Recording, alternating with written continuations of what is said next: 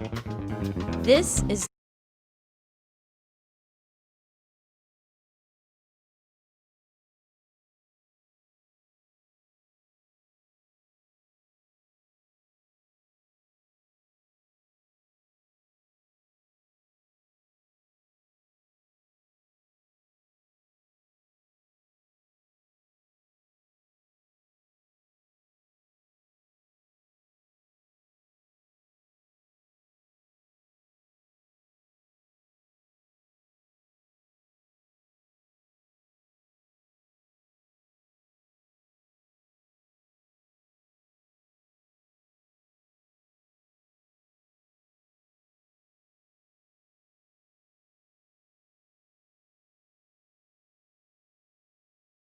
Duke University.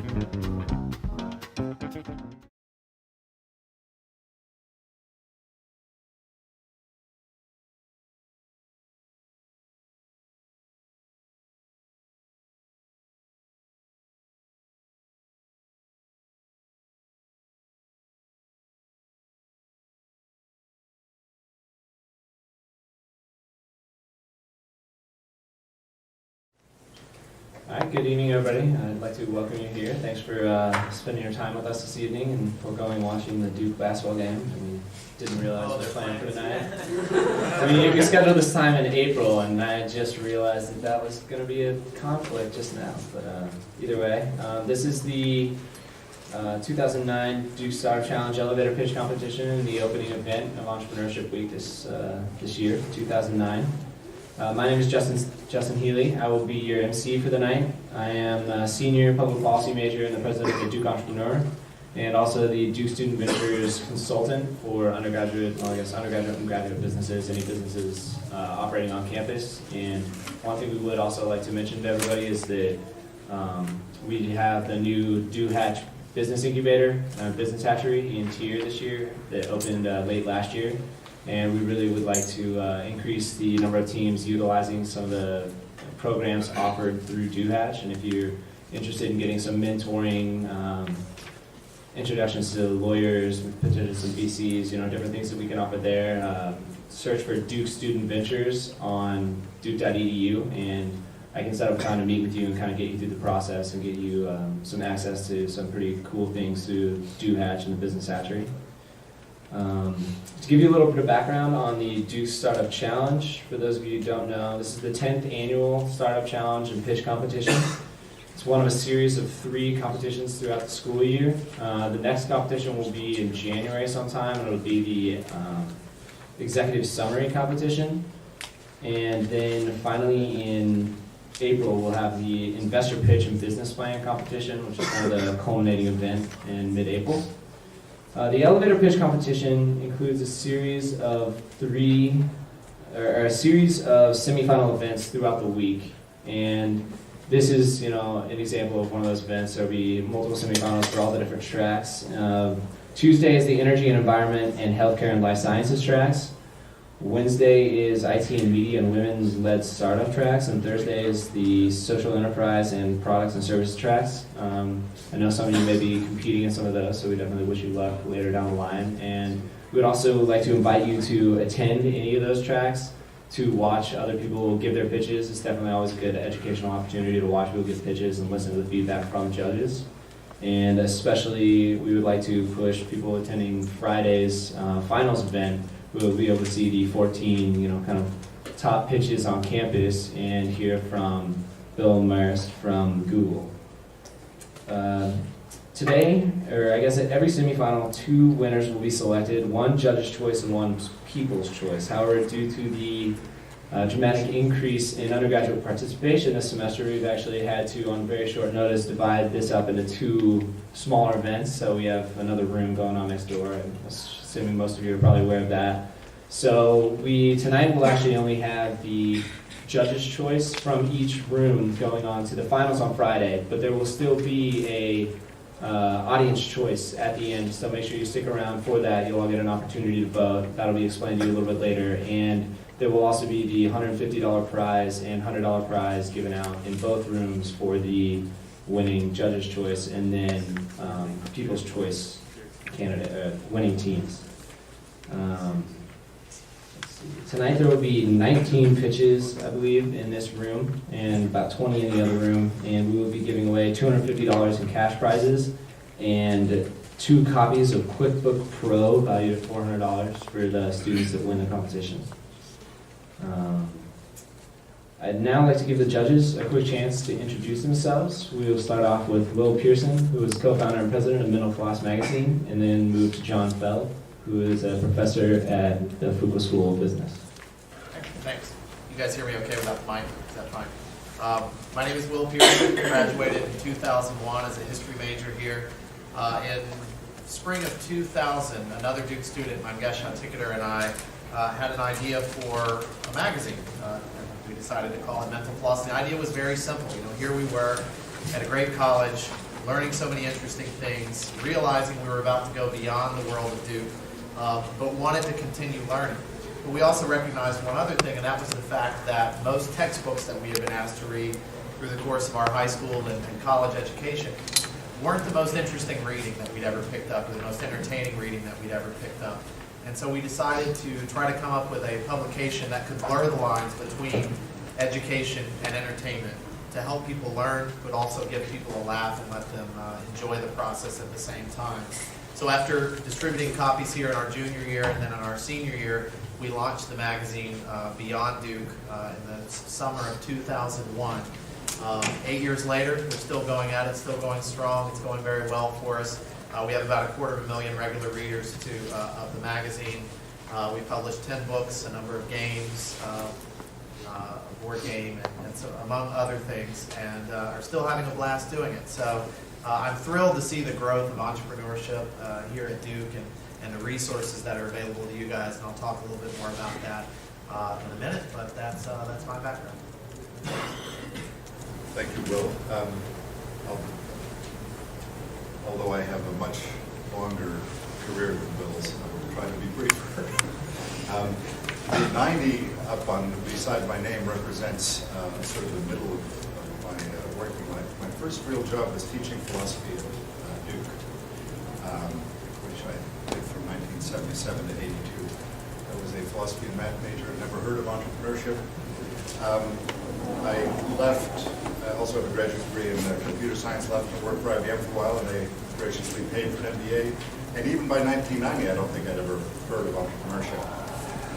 Since then, I was after I left IBM, I was in 3 venture-backed startups. I was the CEO of a couple of them, and VP of engineering of one. And I've invested in about half a dozen businesses very early, and some of them have made me money, and some of them have lost me all my money. And I've been an advisor to a number of startups over the years.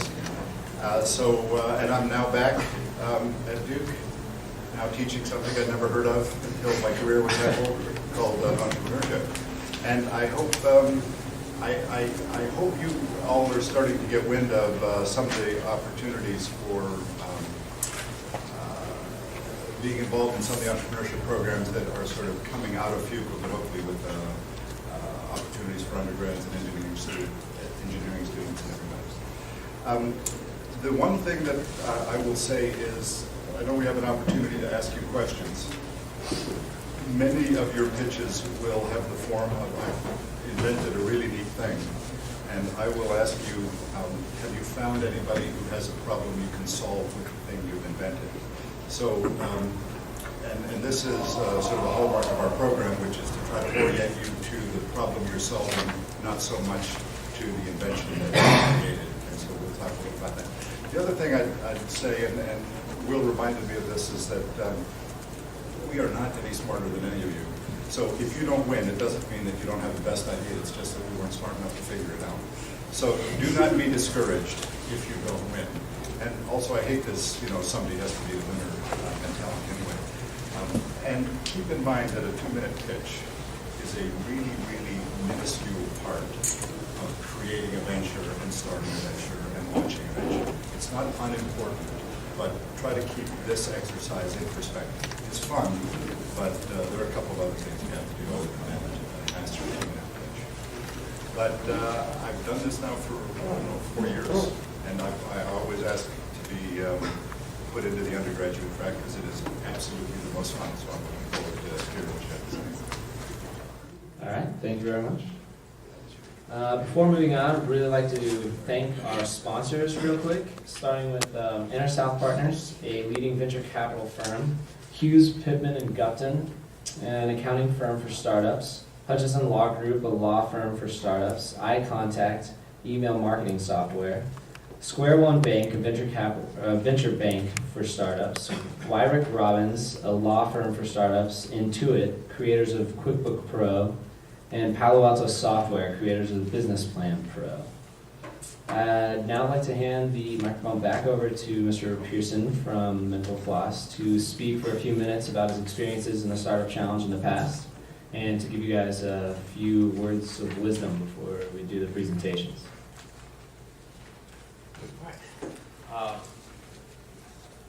It will probably say up here 15-minute talk, maybe not. If so, just ignore that, because I know we're looking forward to getting on to hearing what you guys have to pitch. I just wanted to spend a couple of minutes and remind you of a couple of things. One, as John pointed out, I did want to emphasize that don't walk out of here either having won or lost thinking that that's the end, or we're suggesting that if you didn't win that you should move on, because I should mention, as was mentioned before, that this contest is about 10 years old, and Mangesh and I, when we created Mental Floss, we actually entered the Duke Startup Challenge and lost and didn't even get to the semifinals. So it means very little.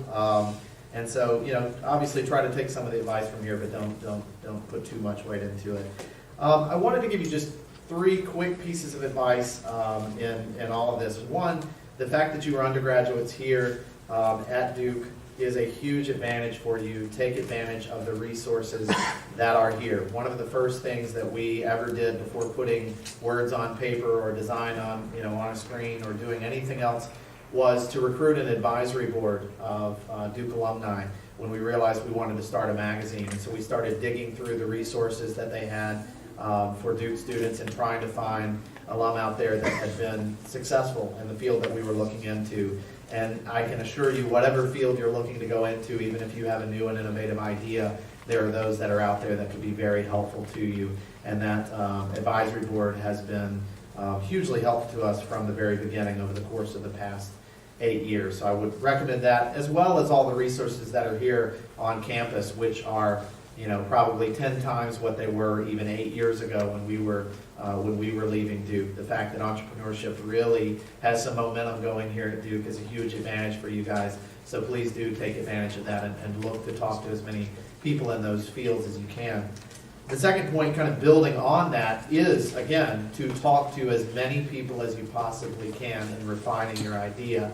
I know that you want to be protective of what you're doing, but just to give you one example of what I mean by this, when we first graduated from Duke and knew that we were taking this publication beyond Duke, we had the opportunity to meet with a few people in New York right after we were starting.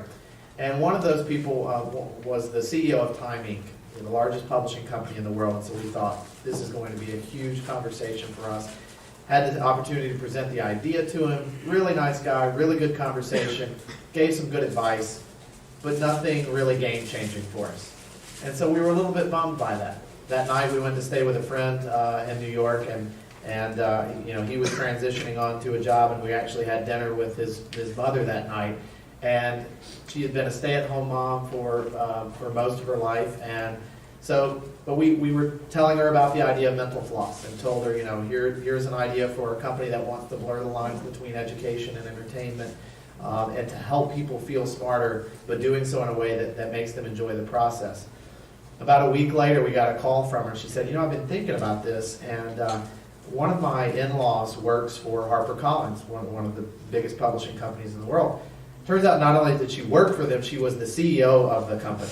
And 10 books later, we still have our friend John's mother to thank for this introduction. So I'm honestly not kidding when I say there are 2 reasons, 2 probably more, 2 great reasons to have this conversation with as many people as you possibly can. 1, you never know what that conversation might turn up, and 2, it continues to help you refine your pitch. Because while I do completely agree that 2 minutes isn't everything, it is critical that you refine that pitch to be able to say to somebody very quickly, here's what my business is all about. Because if you can't do it in a couple of minutes, it starts to get a little foggy as to what that real idea actually is. And then the third thing, kind of building on what I said before, and trusting your gut and the fact that, you do need to believe in what you're doing and not just listen to the naysayers that are out there. Just to illustrate this with one example, when we first came up with the idea for Mental Floss to distribute on campus, we had the opportunity to meet with the president of the university. It was before President Broadhead, and her name was Nan Cohan, and we sat down with her and explained the idea for Mental Floss, and she loved the idea, hated the name, Mental Floss. And she said, I really want you to consider calling this magazine Conversations. And we thought about it, and we cried about it, and it was, an awful experience. And here we were in the presence of somebody 10 times smarter than we could ever dream of being, but didn't quite get what we were trying to do. And so as John pointed out earlier, just because, you may get the feedback that you weren't our favorite idea tonight means very little. It's just an opportunity to try to practice your pitch and to maybe take some comments from here as you refine it. So those are the main things I wanted to share with you guys. Congratulations on getting to this point. I mean, this is a hurdle for most people that have ideas for businesses, is really not saying, okay, I'm going to take that next step to actually put together a plan and pitch this. It takes a lot of guts to do this, so I want to congratulate you on this. I want to share just how excited I am that so much is going on with entrepreneurship here at Duke, and wish you guys the best of luck tonight.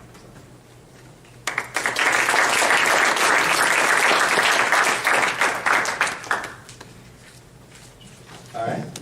Thank you very much, Mr. Pearson, for those words of wisdom. And if you guys haven't read Mental Floss magazine, I suggest picking up a copy. It's actually pretty good. I really like it. I'm a subscriber, have been for 3 years. So, I would now like to pass the mic off to Daniel Weinstein, who will be running the event for the rest of the day, and I'm going to move on to timing everyone. So.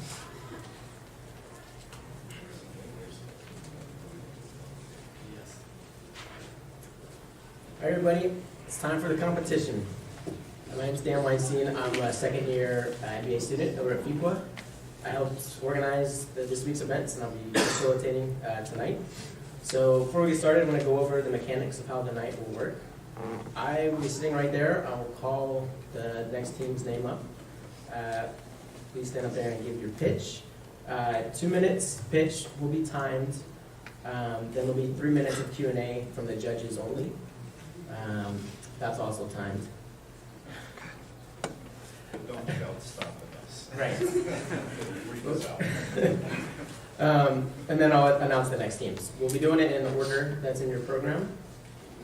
So that's how it works for the pitchers. For the audience, you guys play a couple key roles. First is providing feedback to the pitchers. So all you guys should have a form that looks like this. They're sitting in the chairs all around.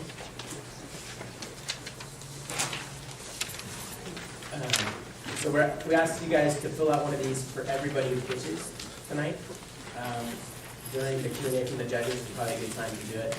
The feedback's really helpful for the participants to help them get better at pitching and work on their plan.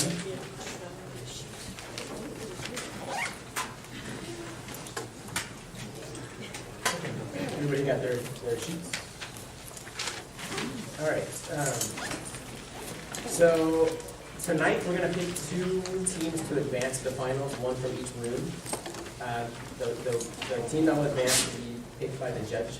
And the way it works is an elevator pitch is meant to be kind of a quick summary of your idea in order to entice an investor to want to meet with you again. So that's how they'll be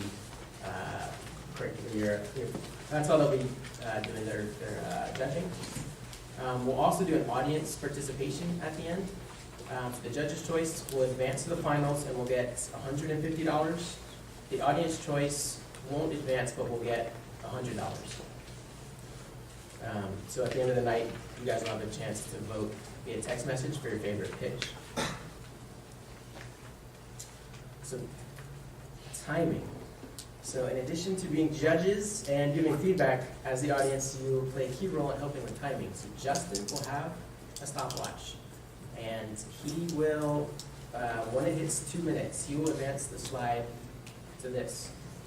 At which point, everybody in the audience will yell, "Stop." All right. Let's do a practice run. Are you ready? Oh, sorry. He'll also give you he'll wave his hand when there's 20 seconds left. So let's do a practice. I'll just talk. Are you ready to take the stop? Yeah. All right. All right. So I'm Joe Pitcher. I've got this idea for kitten mittens.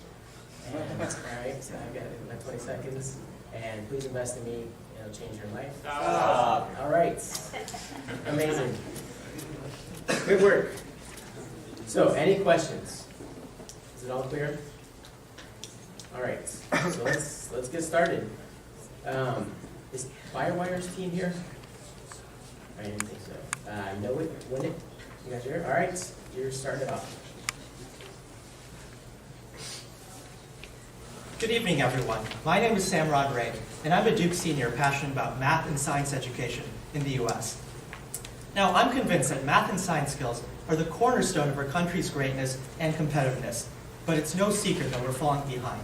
This is where my idea for the website Know It, Win It comes in.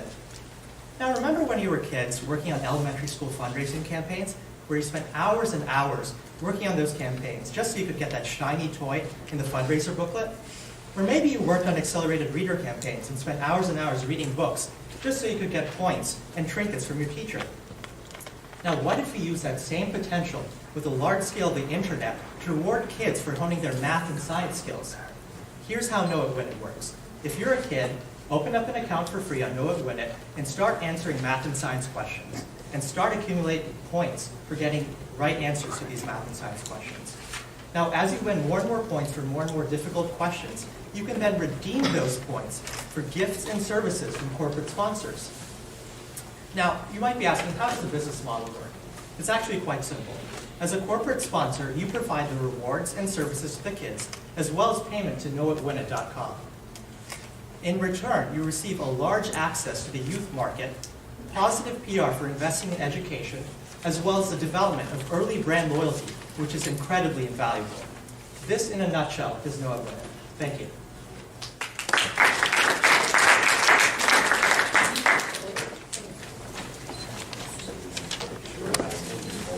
Yeah, thank you so much. First of all, great energy. I really liked how you defined the problem, you set it up before you got into the here's what it is, part of the explanation. Quick question for you. Can you tell me one more time about the revenue stream? Were you saying that it was primarily on the advertising side, or there's a subscription piece to it for the Right. players as well? Right, just to clarify, so it's free access, but there's supposed to be large-scale seamlessly embedded advertising, as well as, I guess, payment to Know It, Win It. Okay. For the success. Payment to Know It, Win It being from the advertising. Right, so the corporate sponsors provide rewards and services as well as payment, and in return they receive the large-scale advertising. Okay. Have you worried about this undermining the incentive to learn for its own sake, and does it have a way of driving children to learn, and do they ever transition to sort of the value of learning and knowing for its own sake? Right, that's a great question. I think it's an exciting supplement. So what it does is get kids energized about learning, and that then carry them on in the long term. So if you look at like the Pizza Hut Reading Awards program, I mean, as a kid, that really excited me about rewards, just so I could get pizza box, but eventually that sort of translated to loving books for books. So I'm hoping this will be a transition, but also, as a supplement to allow students to hone other math and science skills. Have you looked at any of the other sites that are out there, Club Penguin? Don't ask me why I know so much about kids' education sites. Club Penguin and a few others that are actually charging a small subscription fee. Especially with the climate right now as it is in the advertising market, really struggling, and especially even online. Is that something you've considered at all, charging a small subscription fee for this product, for this service? I have not. That's a great idea. But the reason for the comparative advantage of keeping it free was to allow the kids to get those rewards. As well as in terms of advertisement, I'm envisioning something like Pandora.com, where you kind of have this seamlessly embed advertisement, which is doing pretty well for Pandora. So that's something that I'm looking at, but that's definitely great. Yeah, I'd recommend looking at a couple of those sites just to learn more about them, to see what they're doing. I don't know a whole lot about how well they're working, but Club Penguin, and there's one other that's escaping me, really took off. So probably something worth looking at, especially now. Again, just to bring that up again, you know, online advertising has taken a beating in the last couple of years. It doesn't mean that it's not there. It's something. Right. That's good. Great job, great presentation. Thank you.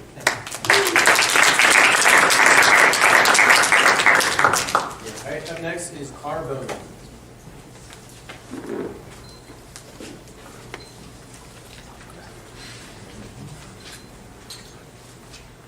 A few months ago, I, like any other 20-year-old, was reading The Economist and worrying about osteoporosis.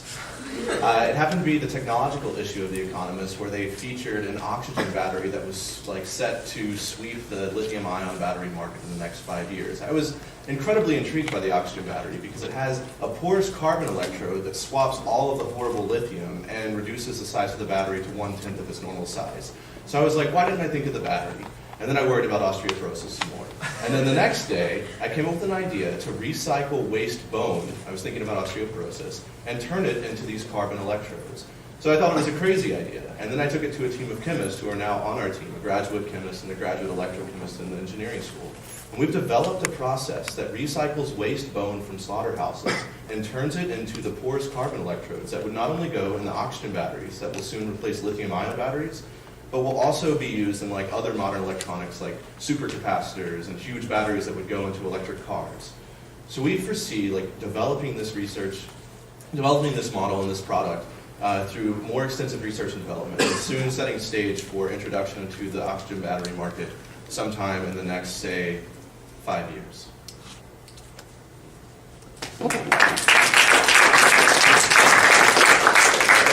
As someone that worries about osteoporosis probably more than you do, what's it got to do with bones and slaughterhouses? Not much. It was just the little spark that got me to think about it. It was honestly just a huge leap to go from osteoporosis.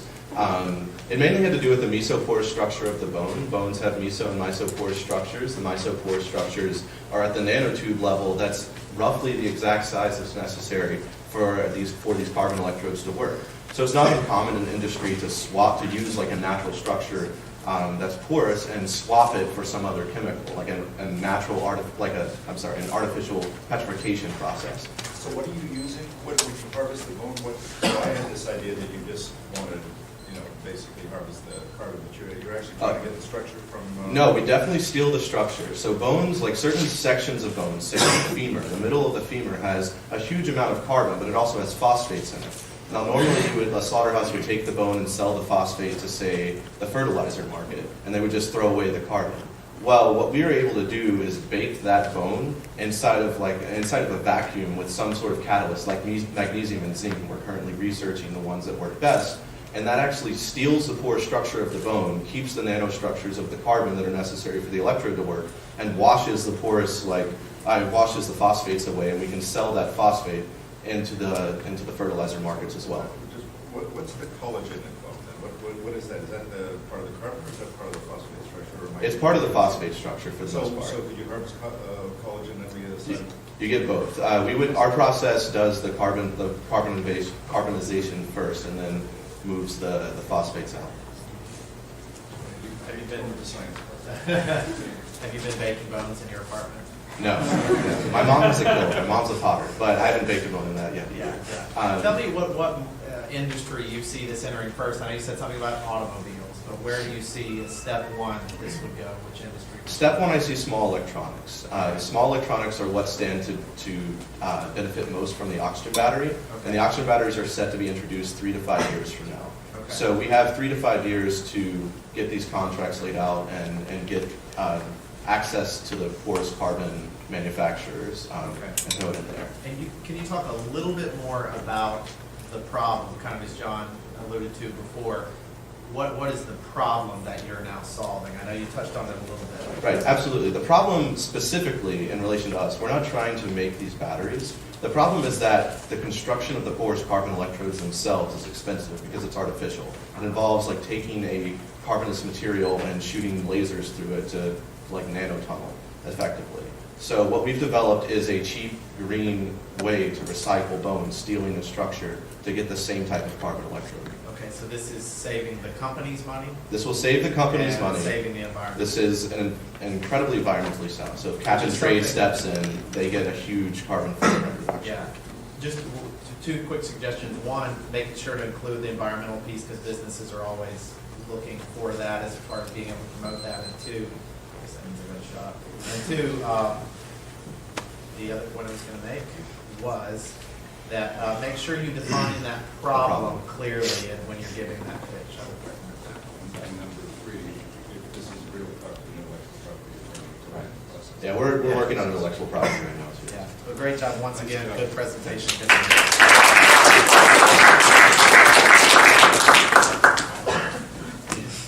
Okay, up next is eFit Health Solutions. Hi, my name is Cliff Sattel, and I'm here to tell you about the future of fitness. We all know that we have a healthcare crisis in America. A full 2/3 of American adults are overweight, and for the first time ever, a majority of kids are too. Instead of doing what Congress is doing and helping people once they already get sick with insurance reform, we want to help people before they ever get sick by keeping them healthy. So why are Americans so unhealthy? Because they don't have the time to work out, they don't have the motivation to take that first step, but most important, there's just too much information out there. Online, you can find a million fad diets, and workout plans are a dime a dozen. But here's the problem. None of those plans are tailored to fit your needs, your life, and your body. That's where eFit Health Solution comes in. By working with clients on a personal level, we'll customize plans that will work for them, whether they're a busy college student or a busy professional. Through mostly web-based interactions, we will customize a plan that will offer our clients healthy eating options and work to find an exercise plan that fits into their life, not the other way around. The industry is already huge, but nobody has taken the model online and offered people the type of personalized service we will. Americans already spend $46 billion a year on weight loss, but 97% of those consumers get at least some of it right back. And Americans spend $12 billion on gym memberships a year, but 80% of those people don't use their memberships because they either don't know how to use gym equipment or they can't afford a personal trainer. That's where eFit Health Solutions comes in. We will make money through monthly membership dues, as well as a pay-per-goal program where people can come to us for specific goals like weddings, holidays, or just to get healthy. We will make money through targeted online advertising, and there's lots of opportunity for expansion into retail for nutritional supplements and equipment retail. The team right now is small. In addition to myself, I'm working with 2 personal trainers in Philadelphia with over 20 years of experience.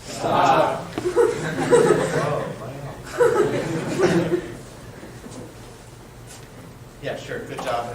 Another great presenter. So, tell me, you were talking about membership dues. What would you think you'd be setting the price at for those membership dues? Or give us an idea if it's tiered. Give us something like that. I'll give you the honest answer. I haven't gotten that far. Okay. But the way I envision 2 models. One, people who on a sort of indefinite basis would like help, like personal trainers do, or if people have specific goals, say beach season is coming, or they have a wedding they want to get in shape for, or they just need to get healthy, as the doctor told them. Right. So within those 2 tracks, I haven't developed any specific numbers, but that's how I envision it. And you talked a little bit about, or I see on the slide here, gym partnerships. Is that Right. to get the word out? Is that to Yes. reach your target audience? Primarily, I want this to be an online business because it is easier for the consumer. But naturally, people want to work at a gym, so I think if we partner with gyms who are on board with our programs and can help people in person while we help people from a little bit further away, I think that could be a very valuable partnership. You might be able to even use that in pitching the gyms to say, you know, as you guys know, there's an attrition right here. People join, they don't come for a year, then they quit. We're helping you by keeping the people coming to the gym and staying members. So just something to think about. I mean, you can't squeeze everything in 2 minutes, but just for you, something to think about. about, but I would encourage you to think a little more about the membership dues because you're presenting this. You want to make sure that the person who's listening to you knows that you've kind of got a rough revenue model worked out for it. So nice job as well. I want to talk about your top left-hand block. You have, it seems to be a thesis that America is out of shape and is it 66% of adults are overweight? And are the four things below that the reasons why 66% of adults are overweight? Or is it are they combined? Are they you're overweight for one of these four reasons? Are these 4 of 100 reasons? And how did you pick those four? Well, I looked at it from not what caused the problem, but more how we can fix the problem. So I suppose the way to look at those four things is why aren't people getting healthy, not necessarily why are they obese. Okay, so those are 4 reasons why people are not getting healthy. Is that what you mean? And how did you? So where did those 4 come from? They've come from my experience actually working with Duke students. People have come to me, and they're kids who are not in shape, but they want to get in shape, but they just don't know where to start. They're really overwhelmed by the amount of information coming at them. So there are several friends of mine where I got the idea for this, where I've gone to the gym with them, walked them through programs, and I've listened to what they've had to say. It's funny, I come from a generation where people were out of shape because there was too little information. I think over the lack of motivation. So that's why I may be a little more skeptical on an information-based solution to a problem that's been with us for longer than the information is. Let me say it one other way. Think of how many diets are out there. There's the Atkins diet, the South Beach diet, and literally a million other books out there. And some work for some people, but some don't work for other people. They're built for the masses, not for the individual. So overwhelming, yeah. And there's no question that this is a huge market. You know, I mean, whether you can tap into it, I guess, is the question. But great job, guys. Thank you.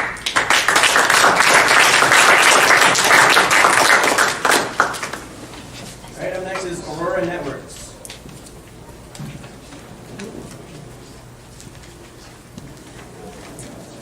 Energy efficiency should be at the top of the list of solutions to the world's energy problems. Why? Well, before we start increasing our power production, we should be able to efficiently use the energy we have now. Just common sense. Take the example. Over 10% of energy used in residential homes is wasted on standby power consumption. This translates into $12 billion a month of wasted energy, or up to $150 billion a year of wasted energy. Now, the technology exists to combat this, and it's very, very effective. However, items like smart power strips or remote smart meters are impractical. Who wants to go around in their home or office and switch off every power strip to every appliance? Now, the potential savings is massive. Now, Aurora Networks has a solution to energy waste that does not require a change in consumer behavior. It's a combination of wireless thermostats, switches, and smart outlets, comprised of a Zigbee wireless transmitter, a switch, and a meter. The system acts as an automated power regulation network. It can be accessed online from anywhere, and for consumers, it offers simplicity and performance, while the online display showcases past, real-time, and forecasted energy consumption and savings.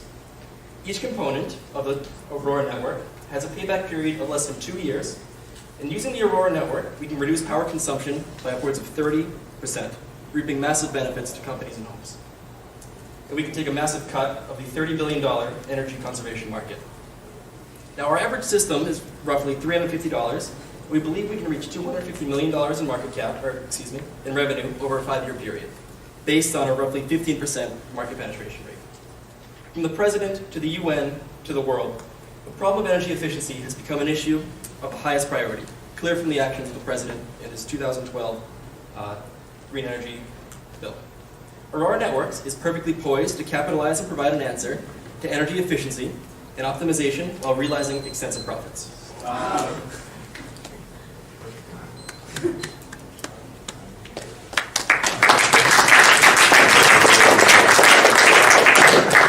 Once again, no question that this is something on the minds of many people. So you're saying that if I purchase this as a consumer, that this would tap into, say, you know, the TV that you don't want to unplug every night but is wasting energy, and the thermostat, and the toaster oven, and the So what we're saying, we can actually go one step further. So there are a lot of, you can set your coffee timer, so it goes on every morning and Right. cuts your coffee. But we can actually aggregate the data, so we know if, say, your TV is on, you want your DVD player on, your Xbox on, all that stuff. But if your TV's off, there's no use for that to be on at all. Right. And then beyond that, we can access it over the internet. So say you have a refrigerator you don't want on your summer home until 2 days before you get there, so it's cold. So you can actually turn that on through the network. So it'll be cold by the time you get there, and you can put your cream cheese and your eggs and stuff in there by the time you get there. Okay. Will it put the cream cheese in? Close. You know, I would suggest, as far as you did define the problem, I would suggest that actually you defined the global problem before you defined the individual's problem. Mhm. And I would probably suggest almost reversing that as part of the bigger thing or getting to it more quickly, because once you got to that, it clicked to me. Like, I get it. I get why the consumer wants it. I get why the business wants it. We all know that there's energy waste and energy problems. But I would, just one suggestion, I would suggest getting to that punch a little more quickly. Let me just pick up on that. The way to think about this is the problem should be felt by, or the need should be felt by the person that you want to make the decision. The decision you want to influence will be an individual consumer's decision. How are you going to influence that decision and what's meaningful? And so to take that one step further, so I'm a target customer for you. I care, but what obstacles do you see to my adopting the solution? There's definitely a hurdle you have to reach in taking the plunge. Describe that hurdle very quickly. So what we're doing is we're doing kind of a two-pronged approach. So there's a retrofit option and there's the contractor option. Right. So the retrofit is basically a plug you put on your walls. You can put over your thermostat, you can put over your power outlet. But we want to get in on the base level, so actually have the contractors do this. So a lot of green, even city projects going in Dubai, California, we think that'd be very interesting for us to get in on the base level there and make it network through the whole organization. You can't be the only person who's had an idea like this. Who else has thought of something? We're not. There are products such as like Kilowatt, which tells you how much power you're using and how you use it better. And there's actually a company similar to this in this competition. But we feel that our system is a bit more comprehensive and it's a lot more user-friendly, and we have a lot. We think we can do a lot more in predicting when things should be used. So televisions, refrigerators, stuff like that. So basically, we think we're smarter. And help us build a smarter house to join things. Nice job. Good job. Thank you.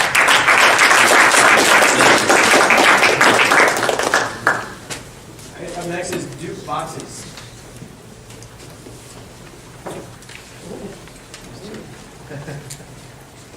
So, as I'm sure everyone knows, that finals week is the most stressful time for any undergraduate student, especially at Duke University. However, at the same exact time, students are pulling off all-nighters and drinking Monster. They also have to redirect part of their effort into performing chores related to summer storage. So currently, some Duke students use a outside door-to-door pickup and delivery service, but although it's really convenient, they charge a very exuberant amount of money for it. Other students use self-storage to mitigate their costs by splitting a storage unit with several friends. But the trade-off is that although it's really cheap, at the same time they spend a lot of money that they could devote to studying, to moving their stuff back and forth. Duke Boxes seeks to combine the affordability of self-storage with the convenience of door-to-door pickup and delivery into one efficient solution for summer storage at Duke University. The way we accomplish that is that we are going to contract with a local storage facility to guarantee a set storage space at a set price. So our current market consists of the 4,300 undergraduate students who are not from North Carolina and are not senior students. With a very conservative 10% market penetration, we estimate profits to be $4,000 for this first year. However, we expect to grow rapidly through word of mouth and will increase profits to up to $15,000. And this is profit, not revenue. We look to expand our model, if it's successful at Duke, to other universities and plan to get a portion of the profits from each of the universities that we expand to. We are looking for $700 to cover the initial cost of storage and labor. And that's it.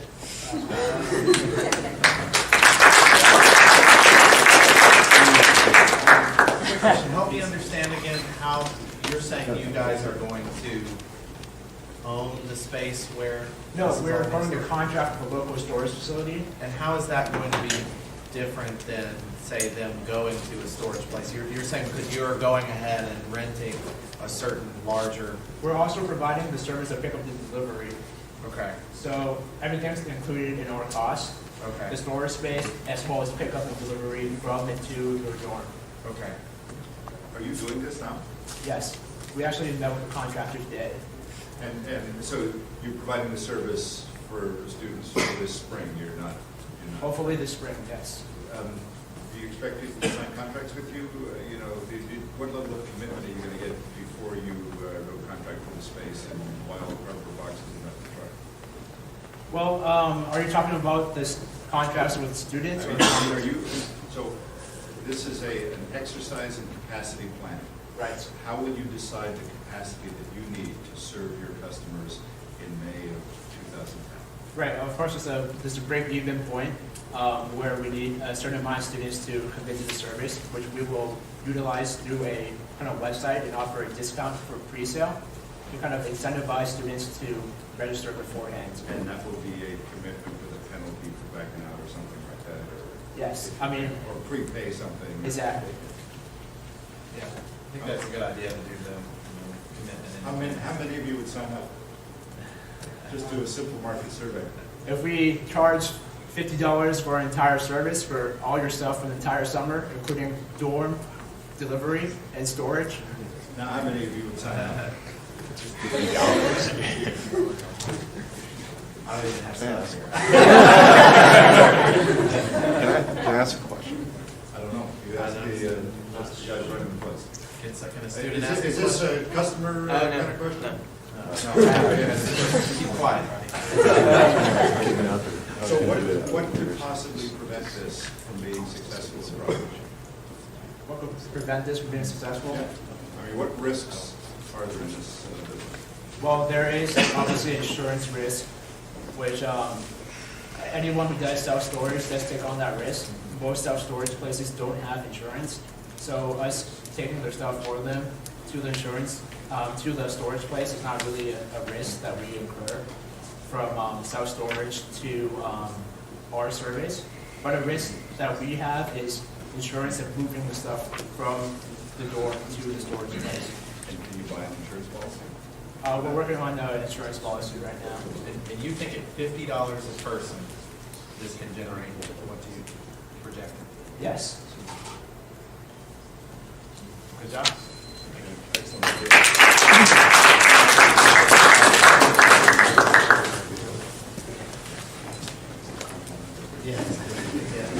All right, up next is wristband controls.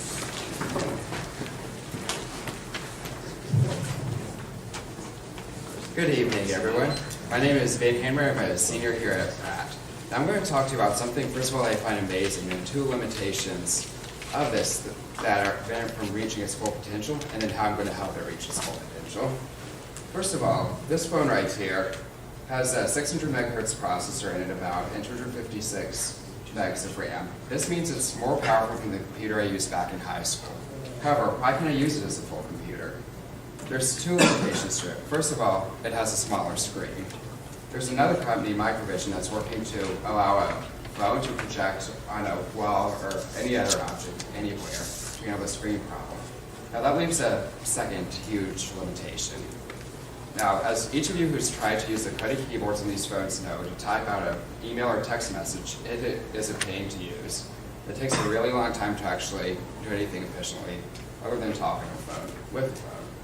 So to deal with this problem, what I'm trying to do is develop technology to use surface electromyography signals, which are electrical signals seen on the skin from muscular contractions, to detect quickly a person's pressing on a keyboard via two wristbands, so a person could type without a keyboard, and then add two accelerometers to each of these wristbands to give mouse control as well. This will enable a person to have full control of a phone as if it was a computer without a keyboard or a mouse or any other appliance, enable them to truly do mobile computing on the go, anywhere they go.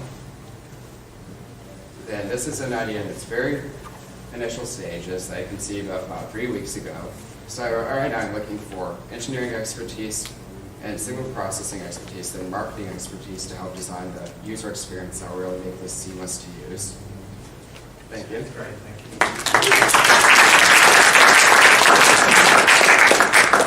What's your background? Are you in computer science or are you in?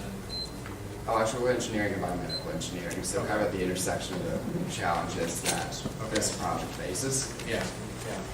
Well, I'm sure I'm slow, but I don't get how, what the sort of use model is for this technology. If I had these two wristbands, what am I going to do? Am I going to pretend to type out on a flat space, or am I going to have a piece of paper that's full? I mean, how am I going to do the things that will transmit the signals to the wristband? Do you look at a keyboard when you type normally? Well, so it'd be very difficult for me to answer that without embarrassing myself. Not always. So there's two different usage models that I'm looking at depending on the level of signal quality I get. If it's a very high fidelity signal, it's actually, if a piece of paper, someone needs assistance, but sit there and type on a piece of paper. If not, then just type on any surface, a desktop or something. So you know that if I took some unsuspecting victim from the audience and put him in front of a flat table, that they could consistently type without any feedback or with minimal feedback in a way that would be that your system would capture and that you wouldn't drift to the right, drift up, or I mean, you'd have to calibrate and then you'd have to keep somebody within the bound, right? The key to this is it's not monitoring from a video, it's monitoring from the electrical signals. So these signals are fairly consistent actually based on the finger movement matters and finger position, not the position of the hands or any other features along those lines. So if necessary, I could provide a piece of paper that could. No, but that would help. I mean, you need the same movement to translate to the same the same key effectively. I mean, that's what you need to have. Effectively, yes, but that's also there will be a learning curve associated with this on the level of the user. The idea from the user experience model is to make that learning curve as slow as possible, but the user would have to have a consistent action for pressing, say, the P key as opposed to the E key right beside it. Who do you see being the primary target for this? Anyone who needs to type a document up or respond to an email on the go. Also, it has the added benefit that would help trans-radio amputees to type. I just love the idea of going into an airport at some point in the future and most people just sitting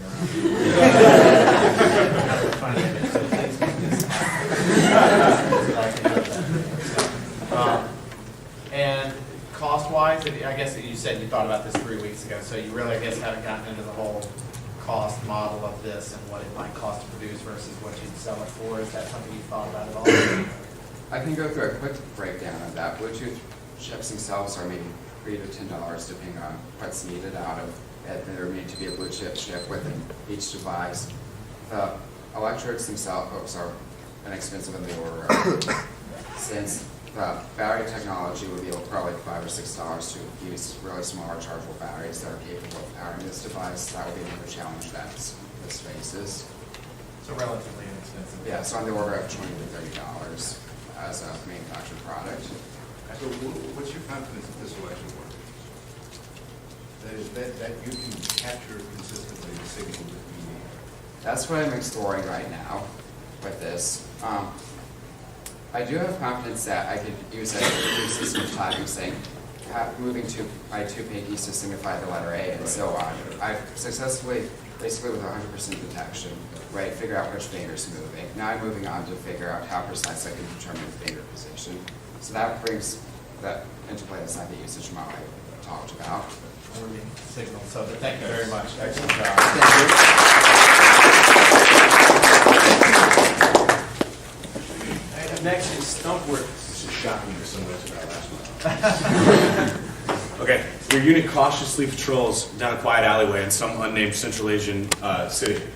Suddenly you spot a gunman on the second story of a balcony about 200 meters in front of you at 12 o'clock. What do you do next? Well, you probably glance down at the 15-button controller that you're holding in your hands and try and figure out how exactly you're going to move behind cover, eventually aim, and eventually engage the target. Do you press X, Y? Do you use the left thumbstick? Do you use the right bumper? What if there was a more intuitive solution, a more clear way of you interacting with your virtual experience?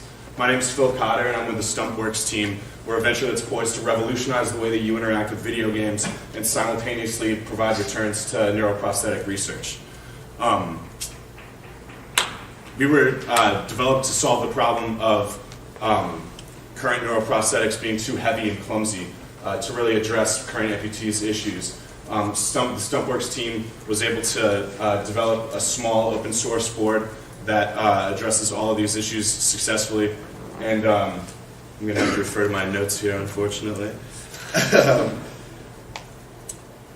And successfully can translate the electrical signals from your muscles into digital signals that can be used to control a video game.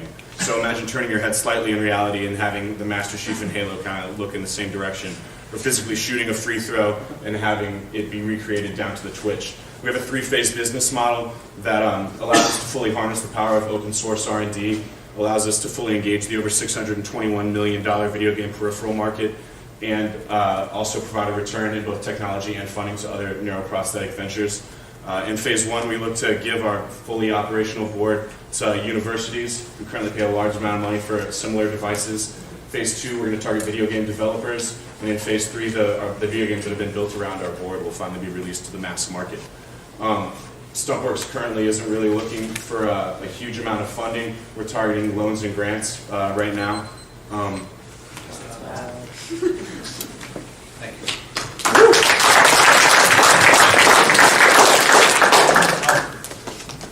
With the Wii out there and others in development, do you have concerns that this is just what's coming next for them, or how is this going to kind of beat them to launch on this? Our device clearly already exists, and you can see somebody playing Guitar Hero with our device successfully right now. So the kind of things that it does that the Wii doesn't do is it can signal intensity, so it can detect how intensely you're pressing something, which would allow for something like an arm wrestling game that could actually tell how hard you were pushing. Additionally, it speaks Bluetooth, USB, Wii, among others. So right now it's kind of, it could go a bunch of different directions. So by releasing it to video game developers, with a polished software developer kit, we look for them to kind of choose what the market needs, and through licensing agreements with them, turn profit. Is it something that actually somebody could purchase and then use it with any gaming system that they have, or is that what you're trying to develop? You could, but plug in any way? I think that the video game market has already proven to be really receptive to peripheral-driven titles. Guitar Hero 3 was the first video game to ever generate over $1 billion.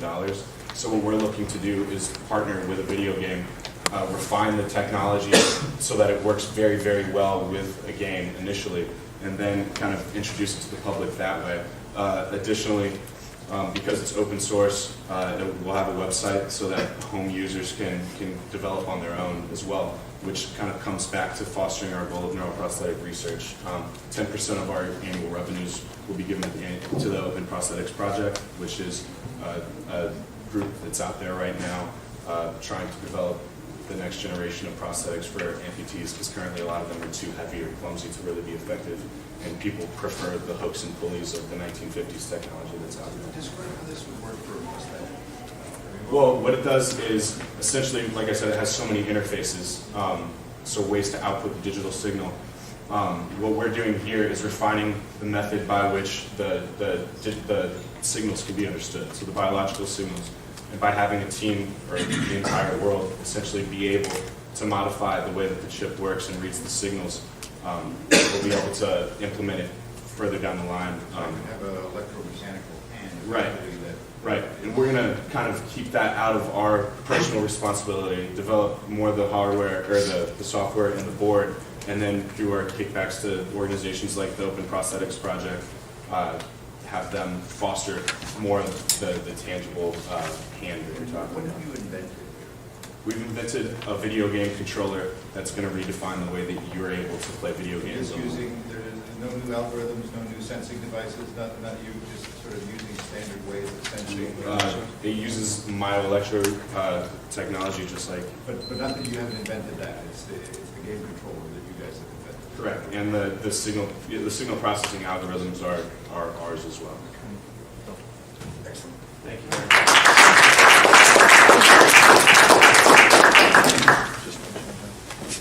All right, up next is the Duke International Youth Challenge. Hello, I'm William from Duke International Youth Challenge, a business competition. Did you know that in Korea, a student has to spend $300 to participate in Mall United Nations? Did you know that despite this high price, high participation fee, thousands of students have participated in UN this year? Why is this the case in Korea? It's because there are so many students who want to come to top colleges in the US, and they're looking desperately for anything that will make them stand out. Same case in China and in Singapore. We see this as an opportunity to benefit both us and Duke. We are going to host business competitions in Korea and Singapore with $200 participation fee, and further extended to China. Model UN in Korea is hosted by a relatively unknown private firm, YoungBiz, our potential competitor. However, think of Duke with its name value hosting Duke International Youth Challenge there. The market is big. There has been double-digit increase of US college applicants from Korea and China. And some schools in Singapore are actually called as the Ivy League machines. From this, Duke benefits as well.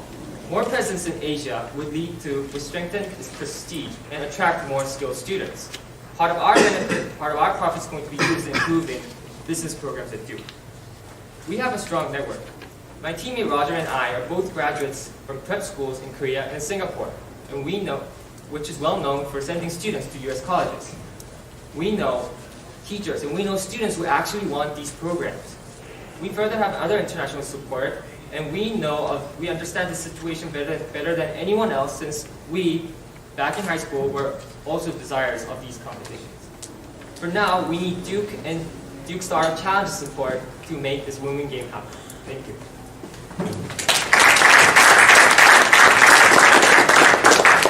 Is this something that you would do and use and get permission to use the Duke game, or is it something that you would enable Duke? Yeah, something that I'm gonna suggest Duke Star Challenge itself to make give permission to me. So you would like permission? Yeah, so that's why I'm having a pitch right here to Duke Star Challenge. So there are steps beyond the startup challenge to get the ability Yes. to use the Duke game. Are there business plan competitions in Korea that this would compete with? Business competitions? Yeah, but they're mostly organized by like unknown private firms, mostly private firms. And there's a potential risk like other Ivy Leagues. I mean, Ivy Leagues and other prestigious schools tried before to like open these competitions and like mock trials at Harvard, but they most of them like failed because of lack of international like students of support. And yeah, so we believe that when the international students like me and the others like give energy and focus more energy into it, we can make it possible. All right, up next is Leadership Institute for Future Entrepreneurs.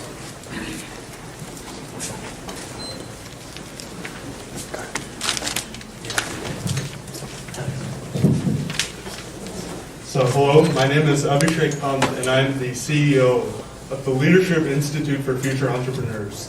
So entrepreneurship and financial literacy education are two key factors to social mobility and community development. Yet in our community here, where 20% of the people live under the poverty line, 2 of 46 public high school, or 2 of 46 public schools offer entrepreneurship education. So enter the Leadership Institute for Future Entrepreneurs. We are committed to promoting community engagement by developing and designing a curriculum on entrepreneurship and financial literacy based on high-level academic text throughout various Duke curriculum. And what we do is we take these high-level documents, and we pull it down into hands-on activities that we then go and deliver in these schools. And we do so with the input of Duke faculty, and also we have principals in. So our curriculum is backed by the North Carolina Council for Economic Education. Right now, we operate in the North Carolina School of Science and Math, and we've been doing so for a semester and a half. Next semester, we're expanding to the Holton Vocational School, and we've contracted with the Durham Parks and Recreational Services to come up with an after-school entrepreneurship curriculum for middle school students. We're also in conversations with 2 other nonprofits in the area to provide tailored entrepreneurship education to fit their needs. What we need, so we're composed of Thank you. We'll get some of that out of it. How do you make money? We don't make money. Oh, okay. So it's a complete nonprofit venture, but we don't make money, but we get something really valuable out of it. Our model is that all the members in our organization, 20 members in total, actually get trained in the skills that are necessary for entrepreneurship while we develop this curriculum. You know, and having to walk up in front of a group of people we've never seen, high school students we've never seen, and deliver a curriculum that we're not the experts in. We really get trained in communication. We get trained in the material that we're about to teach. Well, let me ask it this way. Yeah. Even if it's a nonprofit, Yes. how are you funded then? How are we funded? Well, we were funded by the North Carolina Council of Economic Education, but the rest of it is volunteer work. And I mean, our model has proved successful. We have about 20 consistent members, and they are in it. I mean, make no mistake, they are in it for what they get for themselves, and the training that they're getting, they deem it to be valuable enough. Who are these 20 people? They're all Duke undergrads.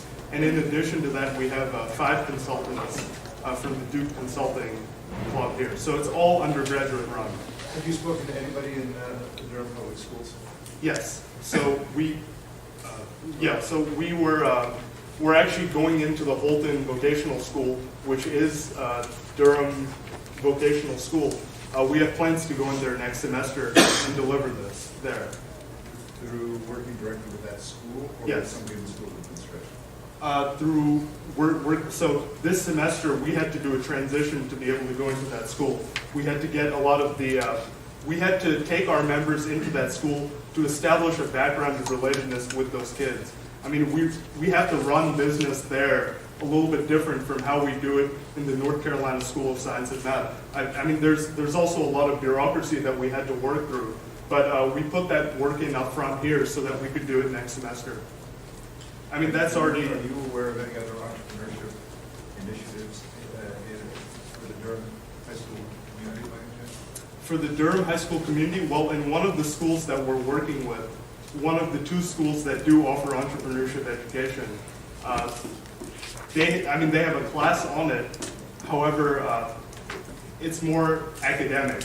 What we do, I mean, one of the activities that we did, we connected with a lot of Durham city administrators, and we broke the students up into different teams and had them connect with these city administrators to come up with ideas to address the needs for that particular organization. So the waste management people had a problem with some of their employee turnaround, and so we had a group of these high school students working with them. So it's a wonderful idea. I know of at least 4 other things, 3 of which we're involved in the business group. So we should maybe. Okay, yeah, that'd be great. Nice job. Thank you so much.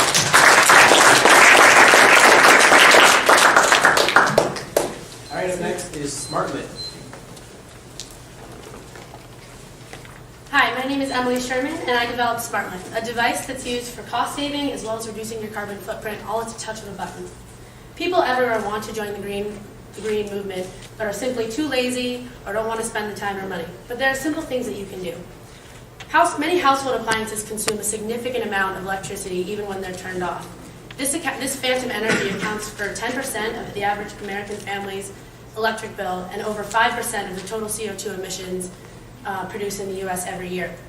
The SmartLet system solves this problem by conveniently controlling the current that flows to these appliances with the use of a keychain remote.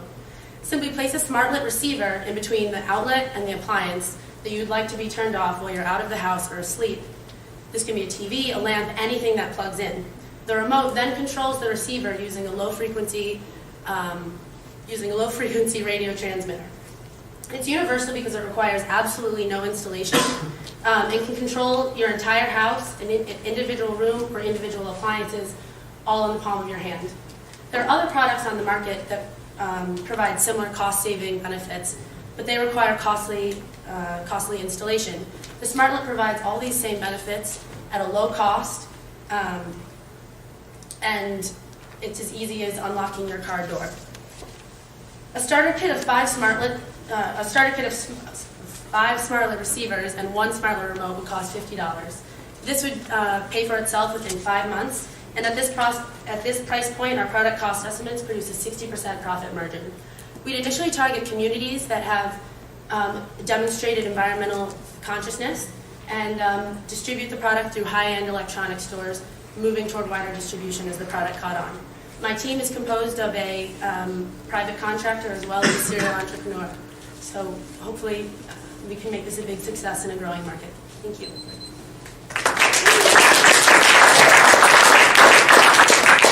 Talk about other products on the market. Are there products that are specifically plugged into the outlets and used in a similar way, or?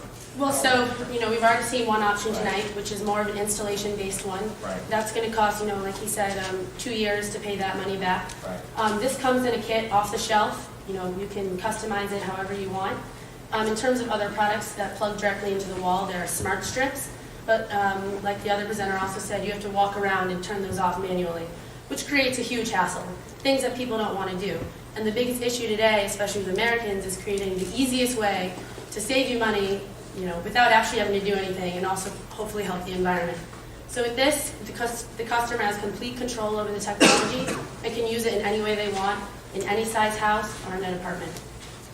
So could I walk into a room or walk out of a room in my house and have all the outlets controlled and just with one push turn all the electricity off in that room? Correct. As you can see here, it would be on your keychain. So it's small. It looks like kind of like your car key remote.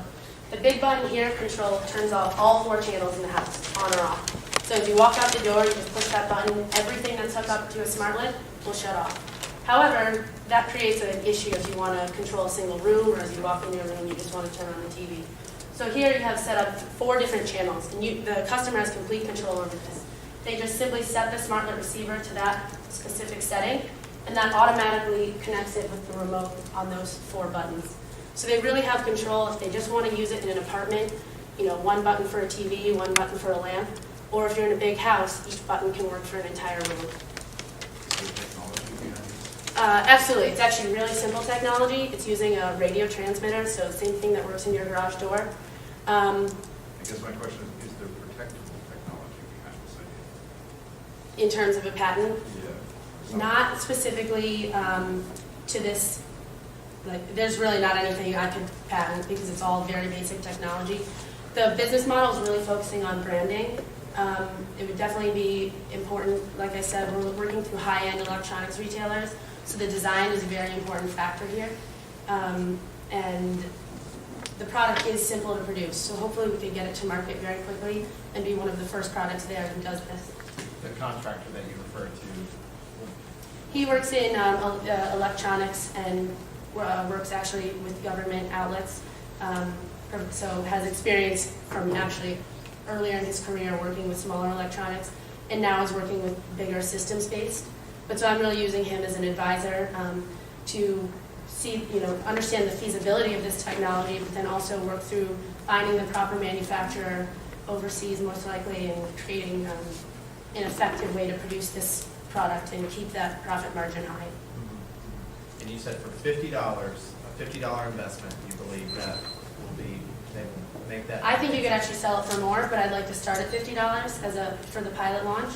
to see what we could really get. But they recover that after 6 months, you were saying. The consumer recovers it after five That's months, what I right? meant, yeah. $10 a month on average savings. Okay. Thank you. Yep.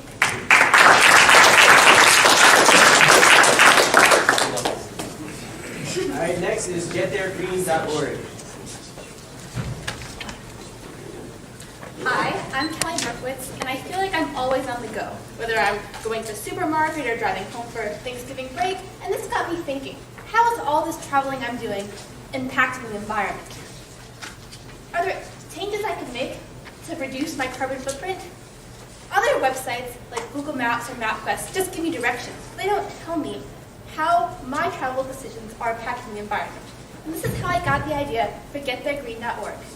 GetThereGreen.org allows you to take the environment into consideration when you're making these travel decisions by showing you all the different routes as well as the carbon impact of all those routes so you can select the one that's most fuel efficient, helping the environment and your wallet. For example, taking a 60-mile-an-hour highway instead of a 70-mile-an-hour highway can reduce your carbon emissions as well as save you 48 cents per gallon of gas. In addition, GetThereGreen.org would allow users to explore alternative means to getting to their destination, like public transportation routes or bike paths they never knew existed. We think this is a very viable business venture because people want to do what they can to help. And in this economic recession, people are looking for simple ways to save money. Right now, we are in the very early stages of our company. We are looking at partnering with various environmental organizations and doing market research, and we're really looking to broaden our team and bring on people with more computer skills. So thank you very much for listening to this presentation, and we hope that one day you will make GetThereGreen.org the first stop on your journey. Thank you.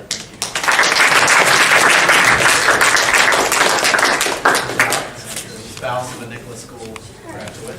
I'm sure my wife would be very interested as well. So, how are you going to make money? Advertising on the website. Okay. And also hoping to partner with environmental organizations that would be interested in this idea. And you see the category of advertisers being other environmental-minded products or things like that. Yeah. Other than choosing a 60-mile-per-hour highway instead of a 70-mile-per-hour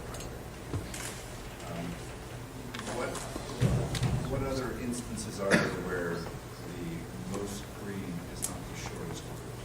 Well, first of all, I think that the algorithms for this could be rather complicated because most people know that your highway miles versus your city miles an hour are going to be different, and it's also going to vary based on your kind of car you're driving. So hoping the website would also allow you to personalize it to your car and the kind of miles per gallon that your car gets.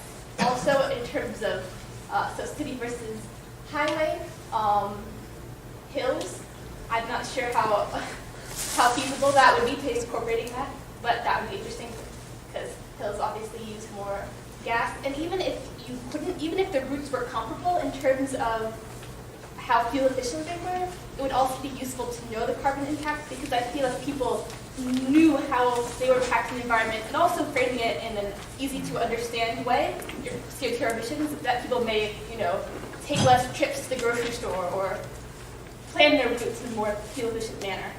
They could put that into quantifiable terms, their environmental impact. Yeah. Would you ever tell people just don't go on the trip? That might be a little bit harsh. That's just Just call your grandmother, don't visit her. That's a good Excuse. I didn't think about that, but What are you majoring in? I'm not sure. I'm still a sophomore. I'm thinking math. Oh, okay. So you can use that to the algorithm? Yeah, totally. So why you have a number of ideas that seem to be good ideas. I'm not, if I'm trying to figure out how to get to somewhere in New Jersey, I was actually trying to do that. Not definitively. But the bike path stuff would not necessarily be interesting to me at that point. But if I'm thinking about, bike rides and stuff, why this bucket of ideas in one place, gettheirgreen.org, as opposed to, either a broader environmental focus or a narrower focus on just this? Well, we think that people who are environmentally minded want to have it in all in one place. And we have the different options that would be available to you tailored to your destination. So if you're, planning a cross-country car ride, we're not going to suggest a bike route. So we think just having all these because it's all targeted towards environmental friendliness, and I think having it all in one place would make it easier. Yeah. Good job. Great, very good.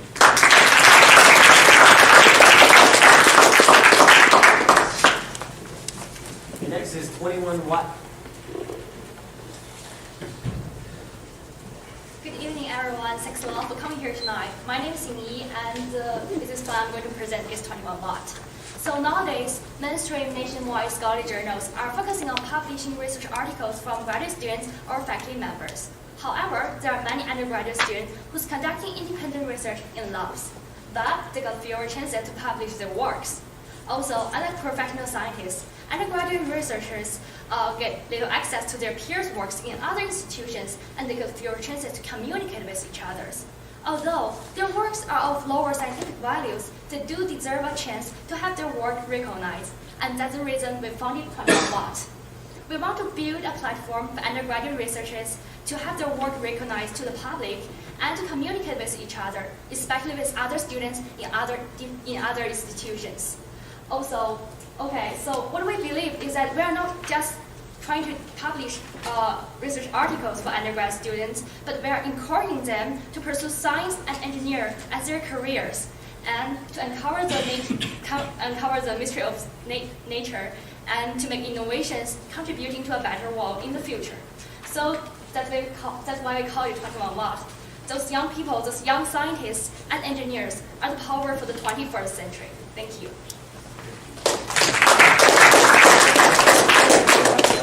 What's your major? I'm sophomore too, so I'm thinking about math and physics. And do you have a field of research that you are thinking of pursuing that you think you'd like to publish it before you graduate? Yes, actually I was conducting summer research at Duke University last summer. So I was one of the, Summer Dean's Research Fellowship program, and I was doing research in the physics lab, and I really have fun. And I think it would be a good idea for me to have my experience published and to have others know. And there are such opportunities, and being an undergraduate research can be really fun. So attracting other students to do research in the summer too.